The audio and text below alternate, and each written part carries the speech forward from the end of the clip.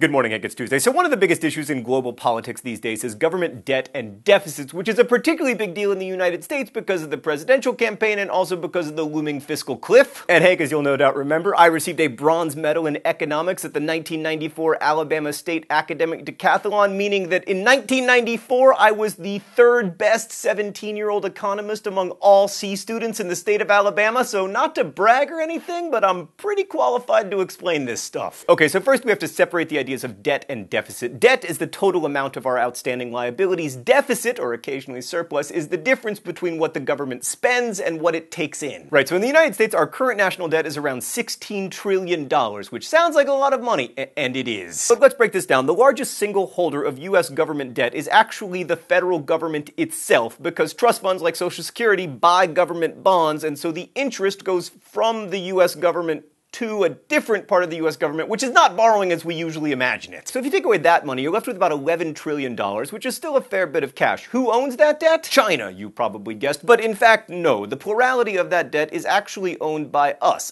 being American individuals and institutions. China owns about 8% of our debt, Japan 7%, and the UK 1%. But it's important to note that the U.S. also owns foreign debt, including about $235 billion of sovereign debt in China and Hong Kong. Altogether, for every $1 of U.S. debt that's owned by a foreign country, we own about 89 cents of foreign debt. So you can't really think of government debt the same way you'd think about like a family owing money to a credit card company, because in that situation, the family owes money to someone else. But in the case of U.S. government debt, we mostly, indirectly or directly, owe money to ourselves. So our national debt is a very large number, but at least at the moment, it is not a very large problem. Like in 2011, we paid about 3% total interest on our debt. In 2012, it will be even less because our debt is incredibly cheap right now. I mean, Hank, in some ways it is literally cheaper than free. Right now, the yield on a one-year treasury bond is 0.17%. Okay, two very important things to note about the debt. First, China can't,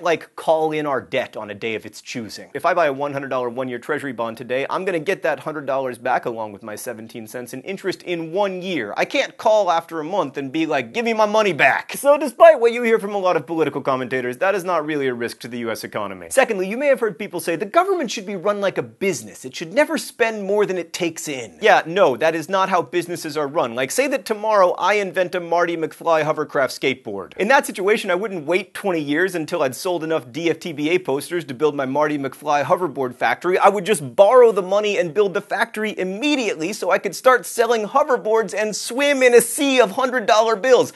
Actually, I would not swim in a sea of $100 bills. I would hoverboard over that sea. Businesses spend more than they bring in all the time. As well they should, and almost all economists agree that governments are similar. There are times when they need to run deficits. For instance, during a recession, government revenue goes down because wages stagnate and unemployment goes up, but government expenditures have to go up, like on unemployment benefits, for instance. So just to be clear, deficits are not inherently evil, and our current debt, while it is very large, does not pose a threat to the American economy because we can pay it back with relative ease. I mean, it's not going to be free, but it's going to be like 2% of GDP. We've done it before. However, there is a huge future risk to us, because what if our debt stopped being cheap? What if people stop believing that the US is the safest place to put their money and they start to buy bonds in, I don't know, like Brazil or China or Germany? Well, that would be very bad, because most years we run a budget deficit, and so we would need to keep borrowing money at these higher interest rates, which would necessitate more deficits and therefore more borrowing at progressively higher interest rates. And then we'd have to cut spending, which would slow growth, and raise taxes, which would slow growth more, and then Greece. Except this might actually be much worse for us than it's been for Greece, because the US enjoys all kinds of benefits from having the world's most trusted currency. Like, Hank, believe it or not, most US paper currency actually circulates outside the US, and that's very helpful for us in terms of exchange rates and keeping our debt cheap.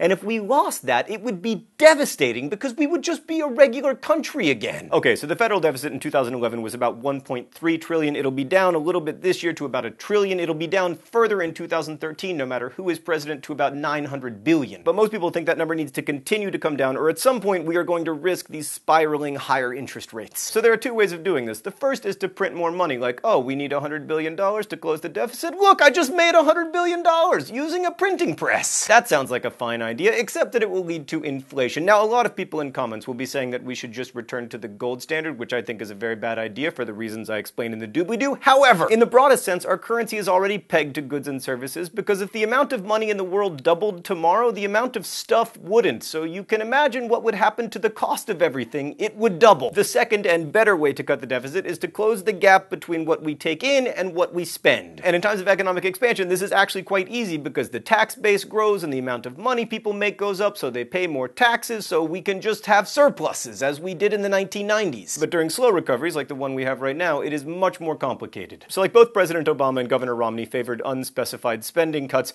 Governor Romney also favors a tax cut of 20% across the board, whereas President Obama thinks that we should increase taxes by rolling back the Bush-era tax cut on income over $250,000. Neither of these plans is likely to eliminate the deficit, although again, the deficit doesn't necessarily need to be eliminated, and no matter what political rhetoric you hear, neither of these plans is terribly radical either. President Obama wants to put the top marginal income tax rate at 39%. It was over 50% every year from 1945 until 1986. Mitt Romney wants to cut that tax rate to 28.5%, which is where it was in 1989. We can argue thoughtfully about what our policy position should be, but amid all the rhetoric and decontextualized statistics, I just want to underscore that while deficit reduction is important, it is not a crisis. The whole idea here is to keep it from becoming a crisis, and one of the best ways to do that is to understand the problem without yelling about it, to discuss things honestly without assuming that the people who disagree with you hate America.